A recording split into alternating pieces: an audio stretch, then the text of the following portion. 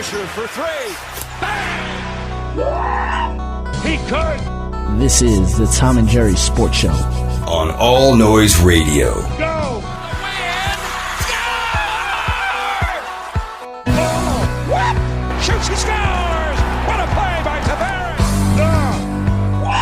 Wait! All Noise Radio.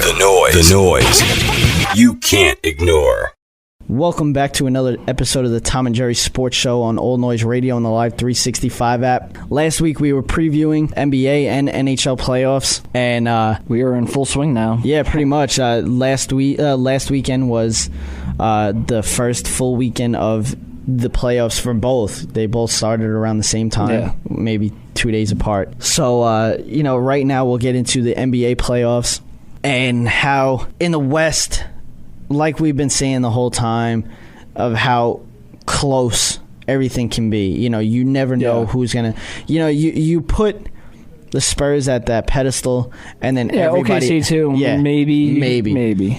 And then you put, pretty much the 6 or 7 teams right under them. Even 8 teams. I mean, the teams that didn't make the playoffs, like the Suns.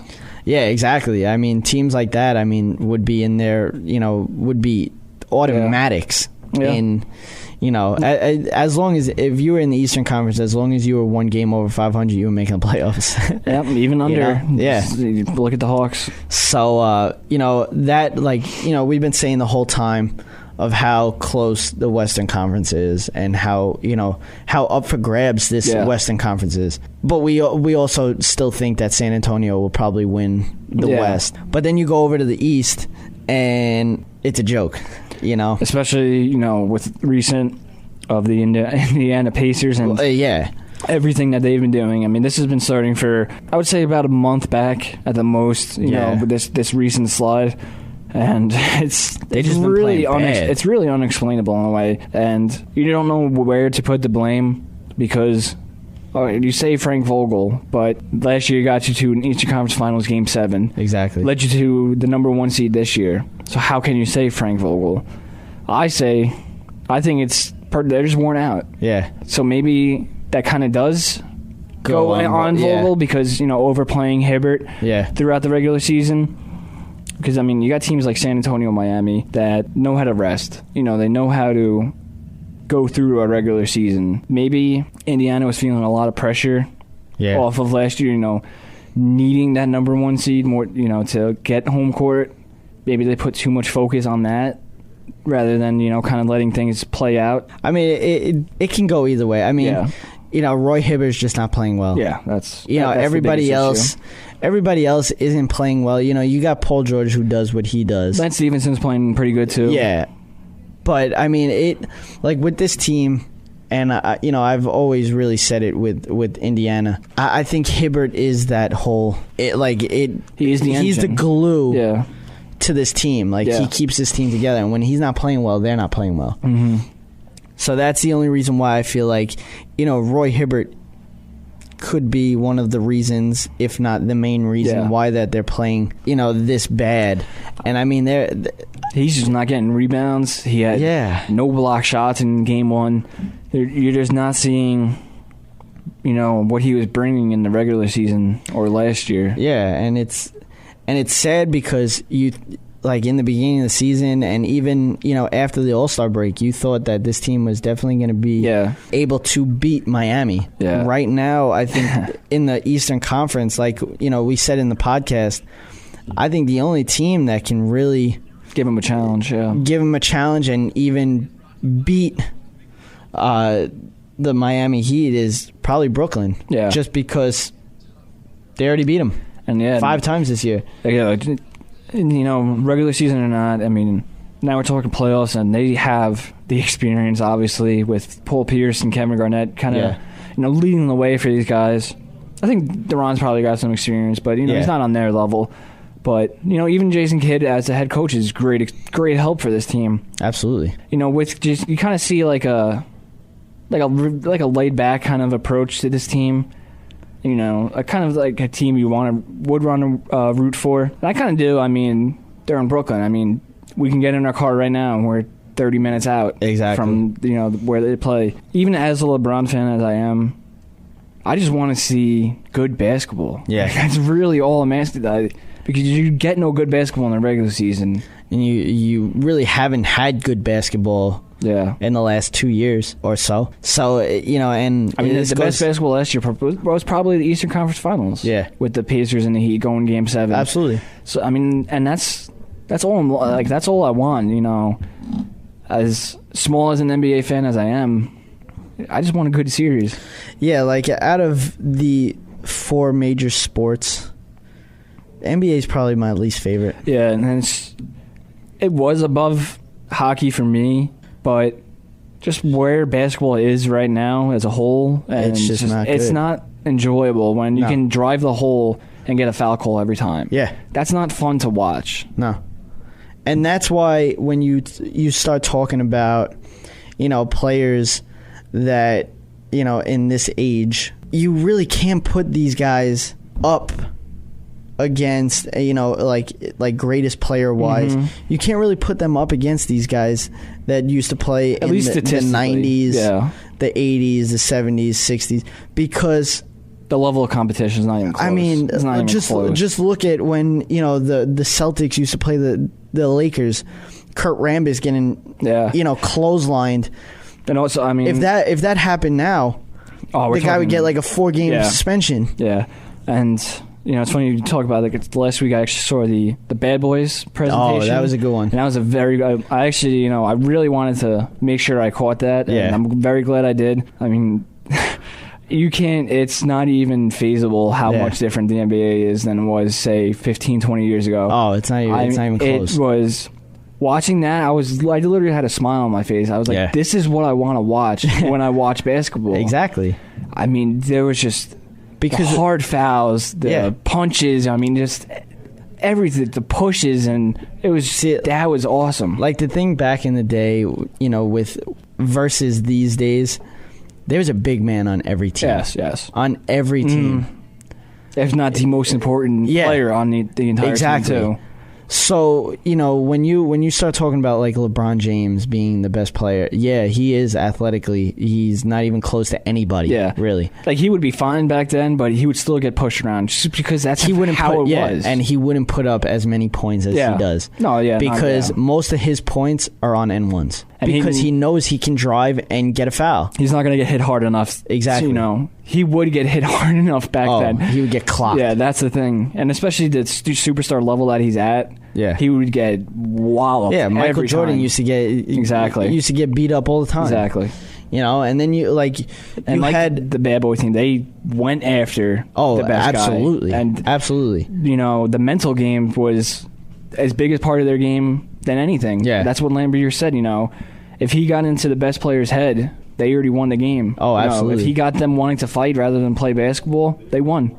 That was a great team, too. That was so fun to watch. And, just me, I did not realize how ridiculously good Isaiah Thomas was. I mean, wow. Like, if you part of our generation, and all you heard about was, like, the Knicks Isaiah Thomas. Yeah. Please, please, please go watch him on the Pistons. Yeah. And your entire opinion will change of him. You had a few guys on that team. Dennis Rodman. Rodman, was unbelievable. Before he was nuts. When he went to Chicago and watching that, the documentary, you kind of see why what happened to Rodman happened to Rodman. Yeah. Because he kind of went into it a little bit. I can't speak from experience, and I feel bad for anybody that can by saying, watching your mother get beat. Yeah. I can't imagine that, and I can't imagine what I could do for someone. Exactly. So, people need to kind of realize, what a person goes through before they judge them. Like Rodman, yes, he had his, his crazy stages. Everybody can say that, is crazy, and he still is. But people need to realize, the reason behind it. It's because of how he was brought up. Yeah. It's not just him being crazy. I mean, he's had to deal with things people have never seen in their lives, like a lot of us. So, just learn about someone before you judge them. Yeah, it's pretty simple. And that's a great team to say because you have Isaiah and Dennis Rodman. You could talk about with that. But going back to the playoffs, game ones, most of them started Saturday. The others started on Sunday. Yeah. On Saturday, we had the Nets and Raptors, which we said that this is probably going to be the upset of the whole playoffs. Technically upset. Yeah, technically. But Brooklyn really is. Yeah, everybody knows Brooklyn's the better team. The number 3 team in the East. But we still, regardless, got to give Toronto credit. Oh, absolutely. They did beat them in the regular season and won the division, but this is a whole different beast now. The Nets win this game 1, 94-87. The other game ones were Hawks and Pacers. Hawks beat the Pacers. So you got an 8 being in the number 1. So this is goes back to what we were talking about with Indiana. They really if they lose game 2, they're probably not going to win. No, and not at all. They really need to wake This is up. a must win for them. Yes, this is a very much win. Then you got the Warriors and the Clippers, which is going to be a great series overall. Warriors beat the Clippers in game 1, 109-105 on very, very bad free throw shooting at the end of the game by Chris Paul.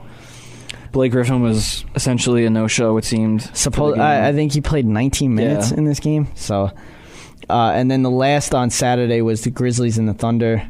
Thunder kind of made it a no contest. Ended up winning 100-86. But I feel like this is going to get a little closer, at least. Mm-hmm. I think Grizzlies will win at least 2 games. Yeah, especially back in Memphis. Yeah. And they did make a stretch in that game and got in the third quarter. Got it close. Yeah, but I think it was like within 5 points or so. Yeah, they ended up scoring 31 points and held the Thunder to 13 in the third quarter. So that helps, but the fourth quarter, the Thunder got back to their ways, and we saw this in a couple of games where the team would get close, but then in the end, like the Raptors Nets game. That's with all the. Those main teams, like, Miami, too. Miami had the Bobcats, close, too. Oh, yeah. And then, you make one mistake with Miami. That series is going to be close.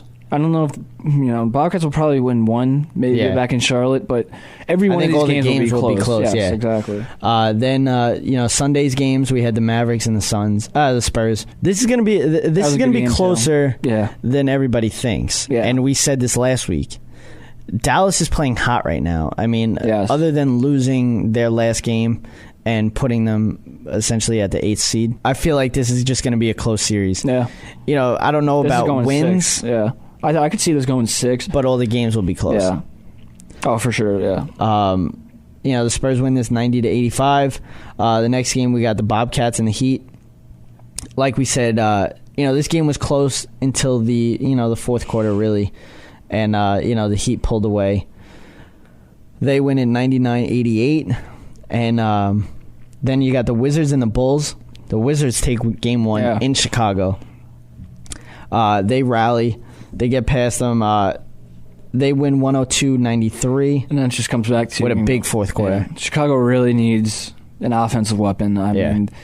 Other than Derrick Rose. Yeah, they've...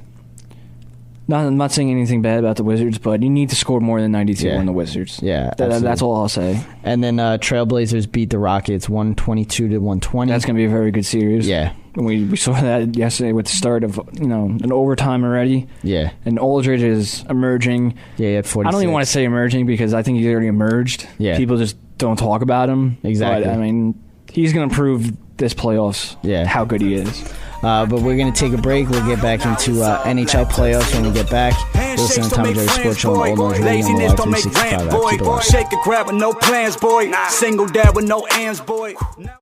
Be sure to listen to the Tom and Jerry Sports Show on allnoiseradio.com and the Live 365 app Wednesdays and Fridays at 5 p.m. Eastern.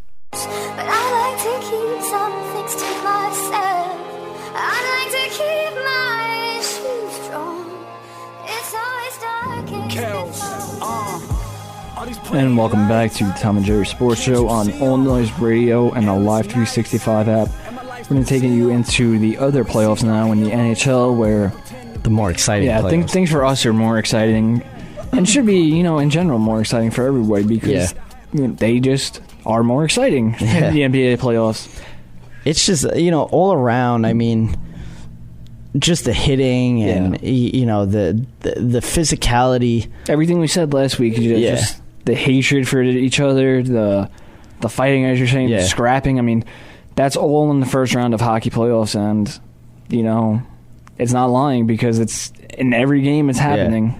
And they're always like close games. Yeah. Like it always comes down to the wire with all these games. And then you got a few like the Seabrook hit on David Backes in the Hawks Blues game. I mean, that was a big part of that game, and hence why the Blues ended up tying that game up and essentially winning it in overtime. But like just stuff like that, like there's different things that you're out there to like play hard and win, and depending on with that whole deal right there, these two guys didn't like each other, whatever. But I mean, going into everything else in all these series, you have all pretty much all good series. Oh yeah, all good games. Oh yeah, every game that any one of these games you turn on, you're gonna time's gonna go by and you're not gonna realize. Yeah, you're just gonna be watching and a lot of things are going on. Yeah, you got Boston and Detroit tied at 1-1. Just that, as we said, like the history alone between those two teams is just something to watch in itself. Definitely. And especially now that Detroit's in the Eastern Conference. Yeah. Just adds. And, really unfortunate for Boston because, you work hard to get the number 1 seed all year. And who do you get? Just the Red Wings, winners of like 6 Stanley Cups in the last 15 years. Then you got Tampa Bay and Montreal. This is the only game that's already through 3 games. The only series that's already through 3 games. Montreal leads 3-0, and the last game yesterday was more of a controversial call that ended up hurting it in the end. But it is what it is. Montreal takes the lead of that series. Then you got Pittsburgh and Columbus tied at 1. Pittsburgh. This is actually much better than we thought it would be. The only problem with Pittsburgh is always going to be Marc-Andre Fleury. Yeah. Always. Yep. And I will give it to him this year. He had a amazing season. Great season for Pittsburgh. Yeah. But he kind of, he's done this in the past. Yeah, when it comes into the playoffs, it's kind of like, what we talk about with like Blake Griffin and Chris Paul. He'll have a great season. Whatever it is, he gets into the playoffs and he just shuts down. This is not the first time he's done that. This look is at last numerous, year. Yeah, this has happened. The Islanders had him get him, taken out of the starting rotation for, the Penguins. So, that was an 8 seed, and this is another 8 seed. What would it be, 7? I guess. Yeah, I don't know what. But still, this is the deal is with a that. heavy favorited series for the Penguins, and something, they should win easily, but when your goaltender is not there mentally, that's a big problem. Exactly. So, like I said, it's tied 1-1. The other series, you got the Rangers and the Flyers, and this is just so much. This is a good one from just hatred, yeah. Exactly, and like we said last week, this is just hatred in every sense of everything, really. Yeah. In every sport, you got the Giants and the Eagles hate each other. Yeah. Mets, Phillies hate each other. Then you go to the Knicks and 76ers, they hate each other as well. Yeah. So then you push it to this, and even the Islanders are in on this as well. Nobody likes Philly. No. When you're from New York, nobody likes Philly. That's usually the first sports city, I would say. Right next to Boston. They're probably the most hated. Yeah. Overall, yeah. Yeah. But just the Yankee Boston thing in its own is a different thing in itself. But Philly doesn't it doesn't go well with New York. Yeah, exactly. So and it's just a fact, I guess, just their fans, really. It's just that adds a whole nother level to the series that wasn't there before, because as you said, these fans have hated on each other probably at other games with the same people hating on each other at exactly Giant Eagles games, as you said. So this goes more than just these two teams. This goes, back years. This goes between the fans. This is personal. This just goes to people just not liking people from Philly. Yeah, exactly. People from New York just don't like people from Philly. And just their arrogance. Yeah. Just their arrogance, their cockiness, their loud mouths. It's just... We saw it after an Islanders-Phillies game. I know. Flyers game. Yeah. Yeah, we went to an Islanders Flyers game, and it was just... And after the game, Philly fans start talking. Yeah, it's just... how they just get annoying. And, I mean, as Islander fans, you can put the Ranger fans in that category as well, because they like to talk as well. Oh, yeah. So you can just tell, especially for us, like, as Islander fans, just how similar these two, like, fan bases are. Between the Rangers just gonna make it and worse, the Flyers, just make it worse. Yeah. Exactly. And that's why I said this is just, and it's not just in the fans, it's on the ice. They just hate each other. Yeah. And that just makes for good hockey. Hockey. This is a very good series because of all the chippiness on every play. There's always a punch thrown somewhere. Yeah. I mean, every little scrap by the goalie, the refs got to go in. See, and this is not just a big series, altogether. This is a huge series for Henrik Lundqvist. Yes. Because I agree. What has he done in the playoffs? That's actually what I was thinking watching the game yesterday. I'm watching Philly up 3-2. Yeah. And I'm sitting here saying, why is Lundqvist above and beyond everybody else? Exactly. What am I missing that everyone else is seeing, apparently?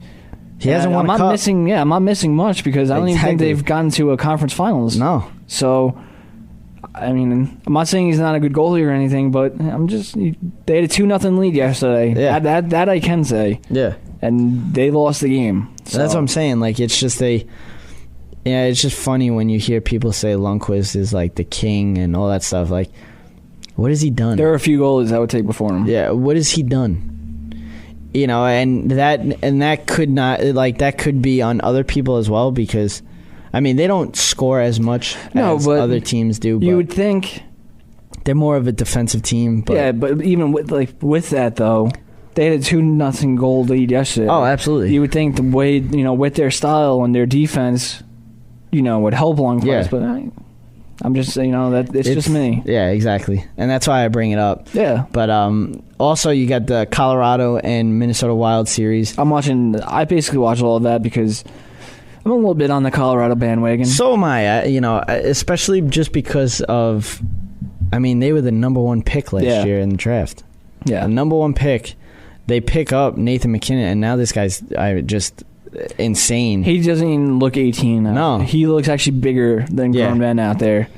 And it's not just and he's him. playing bigger than everybody else out there. Unbelievable with the assist. And I think Patrick Waugh has a huge part to do with it. Well, that was another thing that I was going to bring especially up. For me, of why I'm rooting for him. Yeah. Because, I mean, even like the first couple of games of the year. We grew up watching we Patrick watched Waugh. the Red Wings and the Avalanche battle it beat out. the crap out of each other, There was points when the puck dropped, they were a fight. Like in seconds. There were goalie fights between these teams. That's what it was. I mean, you had Dominik Hasek and then you had Patrick Waugh going at each other. I mean that was awesome Wings to watch. Yeah. So, with that, the history of the Avalanche growing up, it's kind of cool to root for him and see, what Patrick Waugh really did this year. Yeah. I mean, you remember like the first or second game of the year when he almost fought Bruce Bochy or wanted to. That was the first game. It's like shaking the everyone's calling this guy a maniac. Look where he is now. Exactly. He got his team to a number 1 seed, and they're up 2-0 in the playoffs. Exactly. So call him crazy all you want because it's working. Yeah.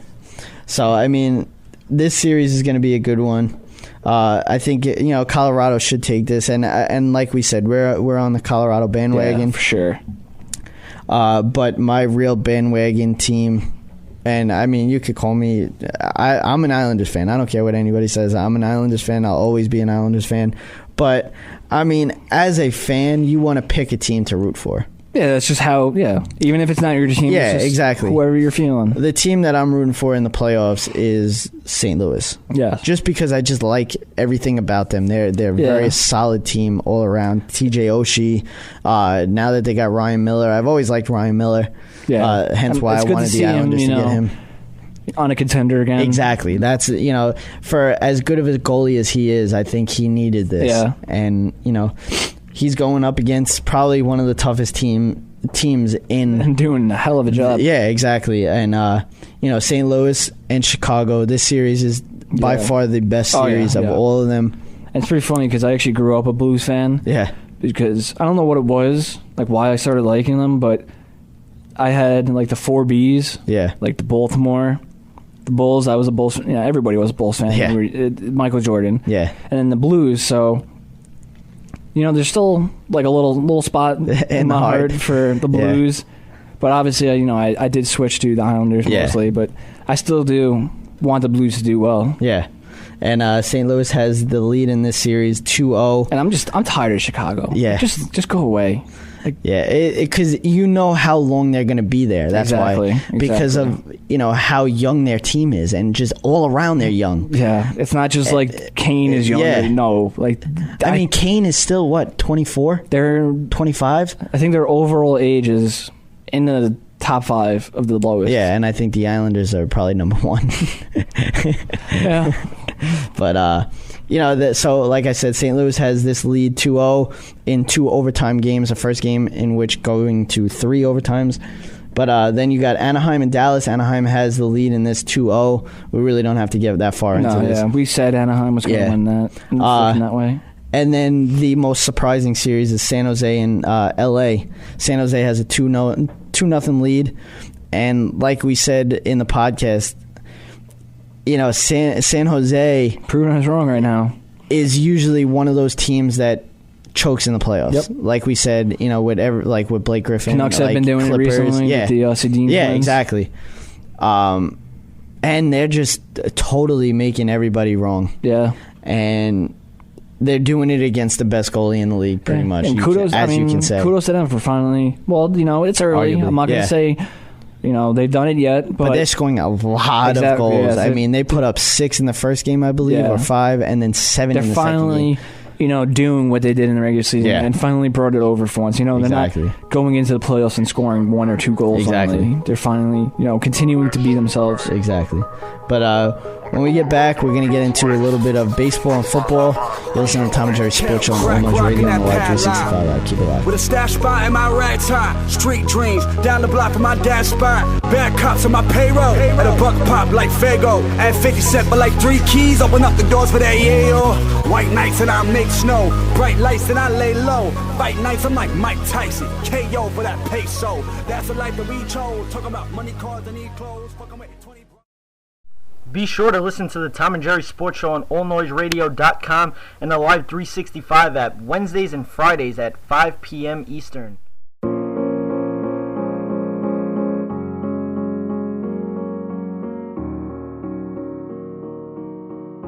And welcome back to the Tom and Jerry Sports Show on All Noise Radio and the Live 365 app. We're going to bring you into a little bit of baseball now. The local teams and what is arguably... Well, not arguably, it is the best division in baseball in the AL East. Yeah, we've always said that, it pretty much is the best, in the MLB, pretty much. I mean, there's nothing really you can argue about that. I mean, there's maybe one more division that you can go up with. And even after a bad year for the AL East last year, it's still a solid division, especially now. Yeah, even with, the Orioles missed the playoffs last year. They were still above 500. Yeah. And I believe only, a game or 2 from, the playoffs. So this is a very close division, and it's actually living up directly to that right now because every team is, I believe, within 2 games of each other. Yeah. So it's, it's going to be like that all year. The only team that I would say could fade away or might fade away would be the Blue Jays. Yeah. Other than that, this is going to be an extremely close division. Yeah, the Yankees are at 11-8, Toronto's at 10-9, Boston 9-10, Tampa Bay 9-10, and Baltimore's at 8-9. Yeah. So you'll see Tampa Bay, I think, tamper off a little bit just because of the big injury to Matt Moore and him being out for the season. Mm-hmm. They're not hitting right now, so That's I mean, always been their problem. they'll probably ramp up their hitting a little bit, but that's one of their weaknesses. Yes. Usually it's their pitching that gets them to where they want to be. But right now, I feel like I think they're going to tamper off. You'll see Toronto tamper off like usual. Toronto's always in the beginning of the season is always within the first or second place team, and they end up towards the summer. Last place. Yeah. So essentially this is a 3-team division, between the Yankees, Orioles, and Red Sox. And as of right now, I mean, if the score stands right now, the Red Sox and Orioles will be same record. Yeah.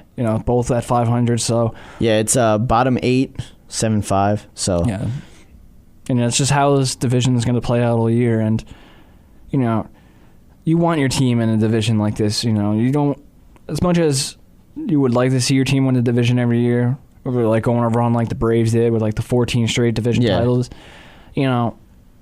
It's nice. It's fun seeing great competition within your own division. Yeah. And really fighting for that division title, and because that's the one you want the most, because it could be the best record in the American League, whoever wins the AL East. So, there's a lot of pride going on the line for the AL East title this year. There could be these 3 teams can make the playoffs. Yes, yeah. Especially with the new whole whatever, but that's a very good point, though.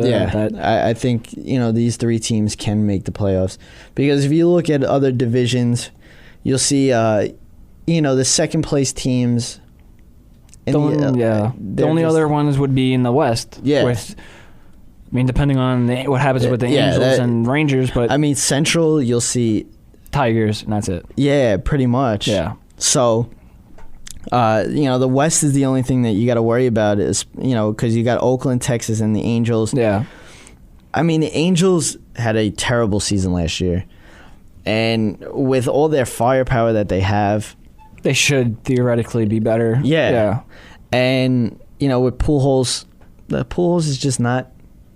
He's starting. He's hitting pretty. He's pretty decent the last week or so. I think he's up to 285 maybe, but.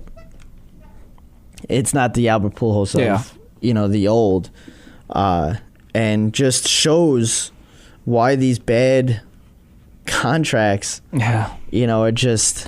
This is only the second year. Yeah. And.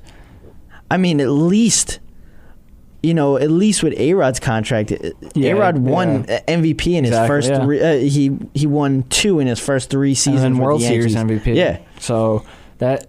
Say what you want about that contract, but Pujols is looking way worse. Exactly. So, that, and then you look at obviously the Miguel Cabrera deal. Yeah. And it kind of made you scratch your head because of what happened with these big contracts lately. You would think they would learn. Yeah.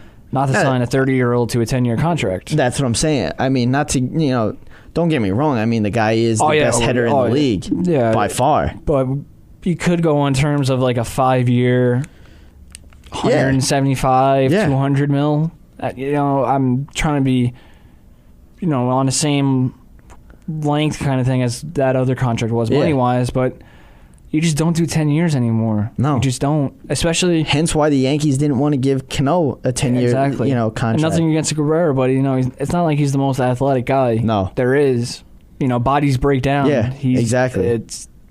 Don't say you didn't hear it first. Exactly. That's what I'm saying. Like you'll get, a good, maybe the next 4 or 5 years out of him. He's not going to be hitting, and he's Triple Crown again. Going to have to DH at some point. Yeah.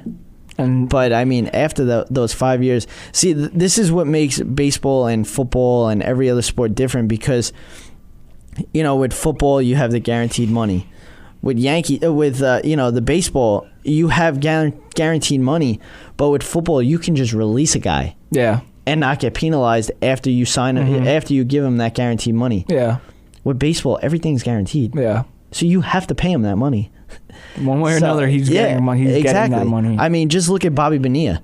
He's still getting money from the Mets. He's still the highest paid Met.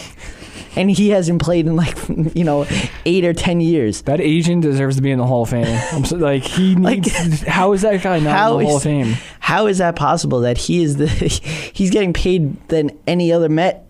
He's getting paid more than any other Met. He's getting paid like 1.1 mil. It would have to be the exception of year. David Wright, right? Yeah. So yeah, other than David Wright, that is amazing. Like only the Mets. How? There's a saying like that saying only the Mets. Yeah, that is for the that. reason. It is for that. That is the reason. That is so funny. So that's what I'm saying. Like, when you're, that's why baseball and football are totally different. You can give a guy a max contract all you want in baseball. You have to give him that money. Yeah. Football, you give him that guaranteed money.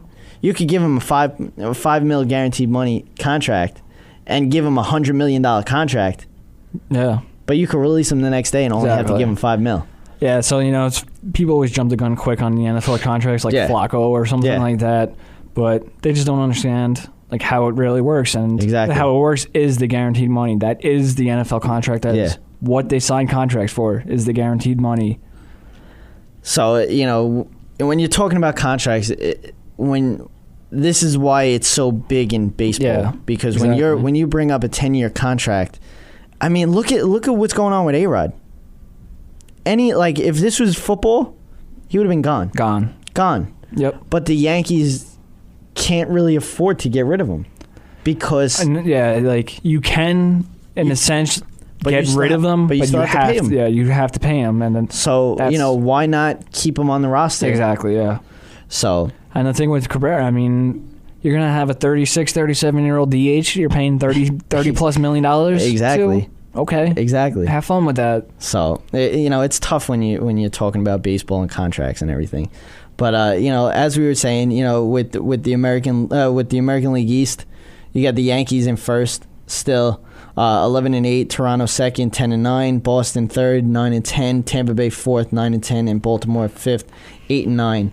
But like I said, this is all, we're all 2 games apart of each other. I mean, you're from first to last is a game and a half. So. Yeah. So, the West is, right now, other than, Texas and Oakland, I mean, Seattle doesn't have hitting. They're at 7-11. I do think Oakland's going to win that division. Yeah. They're just... they're all around. They're just that scrappy, all-around team, no superstar. No superstar, yeah. Just like a team you want to root for. Exactly. A team I'm rooting for, especially over a team like Texas. Yeah. It just has to do with Texas has been there recently. I think their time has come and gone, and Oakland is just a new, exciting thing in the AL West. Yeah. And I mean, talking about movies, like we were talking about Draft Day in yes. In the podcast, I mean, you could bring up Moneyball in this one, and how the whole sabermetrics became such a big thing because of Oakland. Yeah. So it's a good point. When you're talking about, baseball and like the owners and everything, but I mean, when you look at Oakland kind of changed, the whole, I guess you could say, mindset of getting players and like who you want to get. So, and not to take credit, but like the Orioles kind of did the same thing. Build within yourself. You build your farm system up, and just let them play baseball with each other, and that's basically what these two teams are doing. Also, like the Royals are doing it now. They're getting better too. Yeah, much better pitching of in the past couple of years than they've been. See, what you're seeing nowadays is the top prospects and the top players that are coming out of farm systems, and they end up coming up to the majors, and they play out their rookie contract. They're signing their rookie contract. They're signing a big contract with that team. They're not leaving that team. Yeah. No matter how bad that team is. And that's, I mean, you look at Evan Longoria. Evan Longoria changed Tampa Bay all around. And you looked at that team, and now like they started, like all of their number 1 picks and all of their first round picks are starting to become something. Yeah. I mean, do I think that Longoria will stay? I mean, he did sign a contract, but you'll see David Price leave now. And I do believe David Price will be gone. Yeah, by the trade deadline. Yeah, absolutely. But I mean, it's just tough because now you just lost Matt Moore. So yeah, but like you can say something about the Orioles too, like just bringing up these exactly young guys. You know, the Machados of the world. Yeah. And most likely he'll be signing a contract with. And that's why, you know, people give baseball a lot of rap, but you know, there's something about it that you don't see in other sports, and that's why it's my favorite. You know what I mean, you don't see the loyalty as you do in baseball, like a Mike Trout saying with the Angels for an extended period of time. Exactly. You know, you're going to probably see Cespedes on the Athletics get locked up for a long period of time. You know, Machado, I'm waiting for him to get signed long term. Yeah. And it'll most likely get done just because they appreciate, you know, how much the organization has given them, so that, you know, they give back, because some of these guys that get signed from 17, 16 years old and don't come up until 19, 20.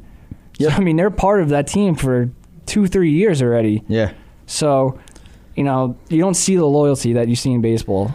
Yeah, that's the big thing, because with baseball, it's such an, and I don't want to say, because it is a team sport, but it is such an individual sport as well. Mm-hmm. Because especially batting. Yeah, well, that's what I'm saying. It's like, just you, because you're in the batter's box by yourself. Yep. It's you versus the pitcher. Mm-hmm. Essentially, it's you versus 9 other players too, because you know you have to hit it into these positions, and you have to hit it through.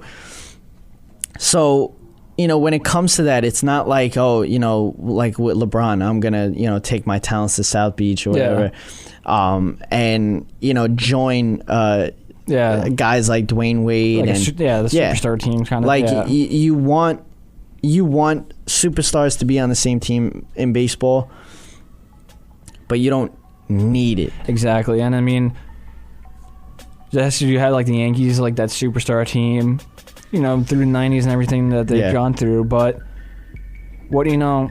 Yes, they won in 08, but it's not like they're winning every year. You know what I'm saying? Like, different teams always end up winning in baseball, and that's why I love baseball for what it is. Yeah, and we're going to take a break. We're going to get more into this when we get back, and then more into football news.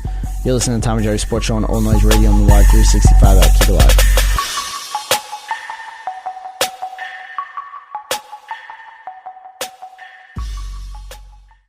Be sure to listen to the Tom and Jerry Sports Show on allnoiseradio.com and the Live 365 app Wednesdays and Fridays at 5 p.m. Eastern.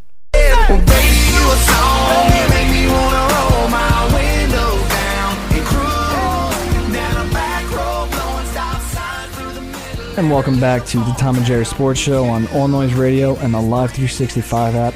We're going to keep it going with the baseball discussion and, you know, why it is what it is. Yeah, and like, you know, like we were saying before we went to break, of like how like the loyalty with the younger players now. And, you know, it goes back to like, yeah, you know, a full superstar team can win, but it also, you know, they can lose as well. And it's not, you know, it's not like a basketball team like the Heat. It's not like, you know, a football team that's stacked also like, you know, Seattle.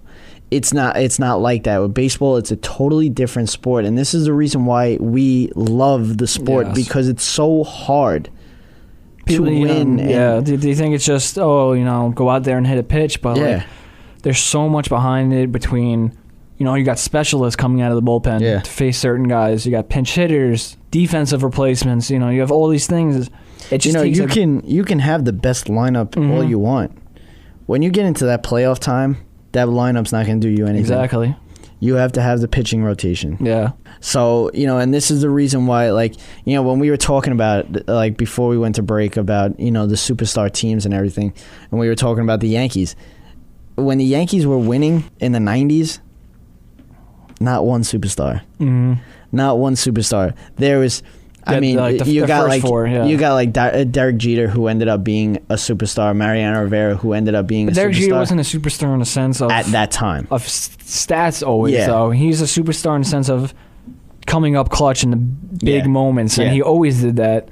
And kind of superstar, just the aura of Derek Jeter. You know, it was never really about statistics with Derek Jeter. You know, when you look all around at that team, you had, you know, first baseman Tino Martinez. Yeah, exactly. Second baseman Chuck Knobloch. Scott Brocious. Left field, Chad Curtis. Paul O'Neill's of the Bernie world, Williams, Bernie Williams. In center field, Paul O'Neill in right. Then you had like guys like Mike Stanton, Ramiro Mendoza. Then in like 96, you had John Wetland, who put everybody on and ended up getting through it. Then you had pitchers like Hideki Arabu or, Orlando Hernandez, El Duque. Guys like that. Like, those aren't superstars. Yeah. Like, they're not going to make it to the Hall of Fame. Mm-hmm.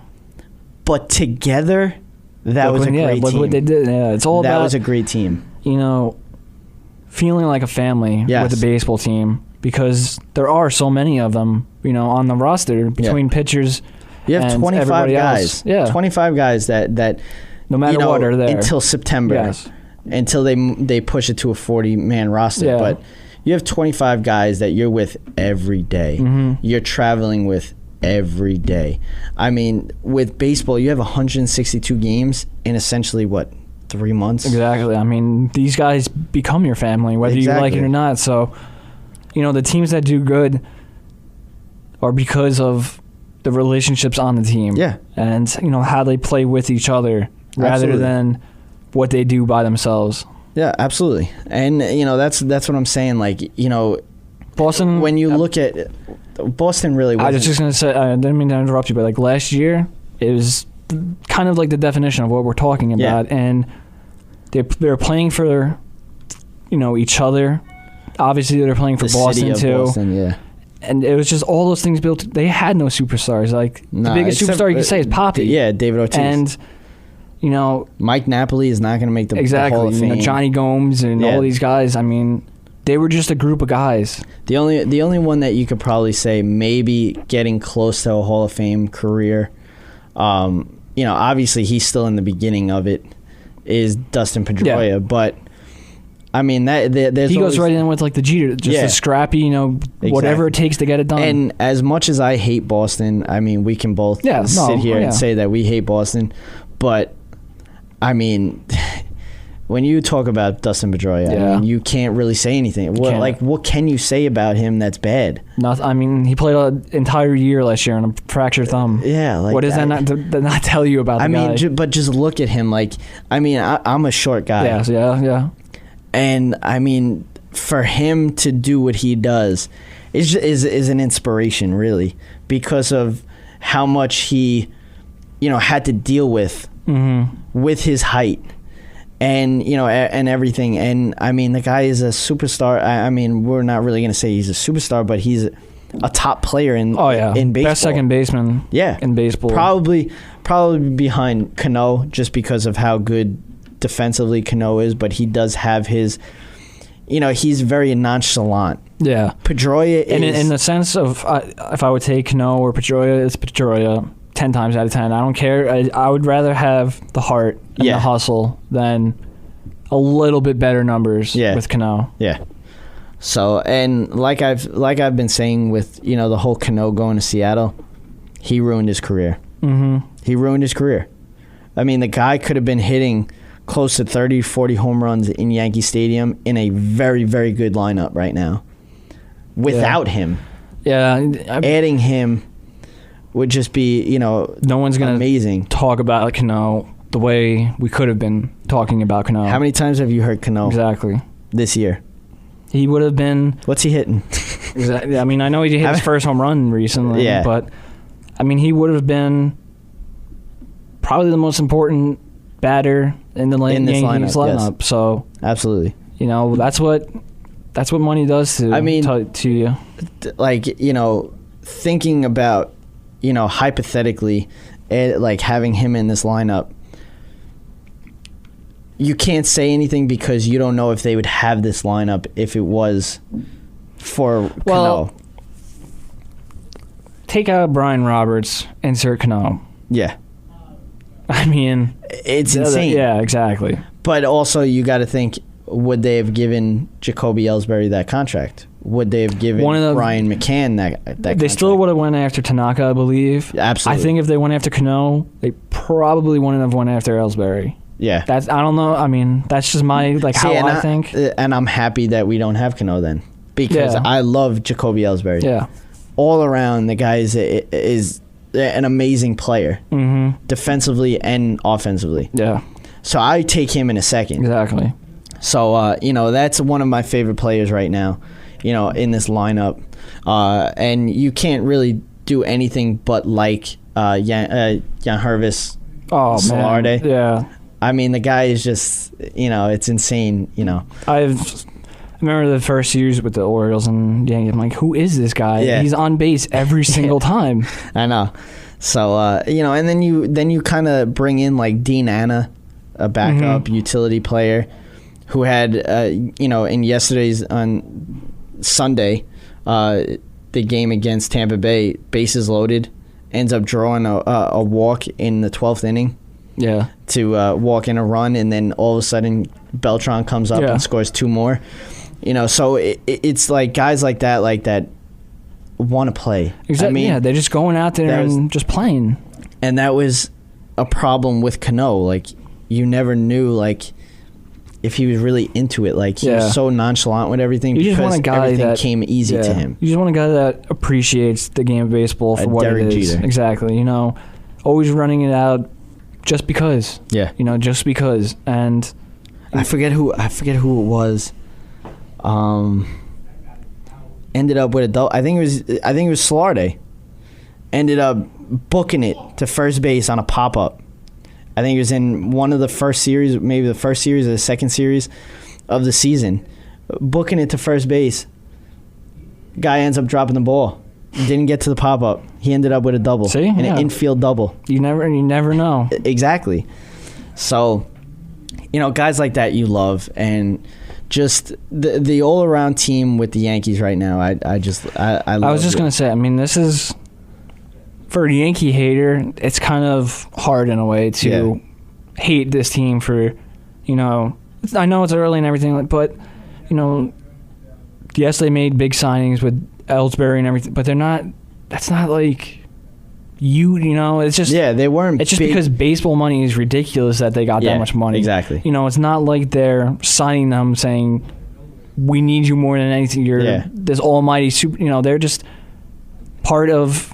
They fit the glue of. They fit the mold of what the Yankees were trying to do. Exactly. They got what they needed. Yes. They And right now they're in a position where it's like, do we keep Ichiro or do we get rid of him because we're so stacked in outfield? Yeah, so I was actually wondering about him, like, kind of surprised when I see him actually out there. But he's still hitting the ball. And he's still making Spider-Man catches and everything like that. Like sometime last week. He's mainly being the ninth inning right fielder. I mean, you can use him for like a defensive replacement. I was going to say, that would work. But probably he's still best. so good. And he's still hitting, at bat. So it's so tough. I've heard that the Phillies were maybe looking into it, but that is a tough situation. But you also got to look at it. Lately Brett Gardner's gotten hurt. In the last 2 years, maybe once or twice. Nothing big, but also you lose one of these guys. He's gotten hurt after you lose Ichiro. Yeah. Then where are you? And exactly. That's why you stack the outfielders. Exactly. I mean, right now you're looking at an outfield of. Usually it's left field Gardner, center field Ellsbury, right field either Beltran or Soriano. Then you have Ichiro also. So it's like, what do you do? Yeah. Like, you also, like, if one of them gets hurt, it's like, all right, and now you're going to have Beltran or Soriano playing the outfield. So it goes from a great outfield, great defensively outfield, defensive outfield, to a. That's why I don't, don't ruin it. Yeah. Keep the outfield as you have it. Because that's an advantage that other teams don't have. Exactly. Facing an injury, and they all can hit. Yeah. So now you're looking at, two of them are going to have to be on the bench, maybe one of them DHing, but. That's a solid pinch hitter or pinch runner if it's Ichiro, which they've already done before this season. So I mean, this is a perfect team for Joe Girardi to coach. Oh, absolutely, because he's all X's and O's, and he loves the matchups and everything like that. He overmanages way too much, though. He does. It does get to me. Like, what bothers me is when people bring in pitchers from one guy. Yeah, that just grinds my gears more than anything. And Girardi does that a lot. A lot.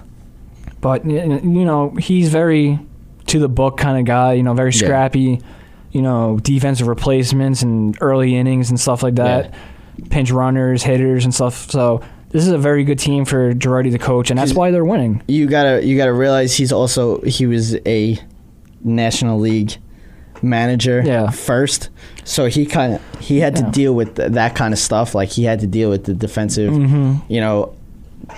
replacement. Yeah, that was the same kind of thing though. Like the same scrappy, no superstars. Exactly. Just putting guys where they belong, and I think he works better with this than with superstar talent.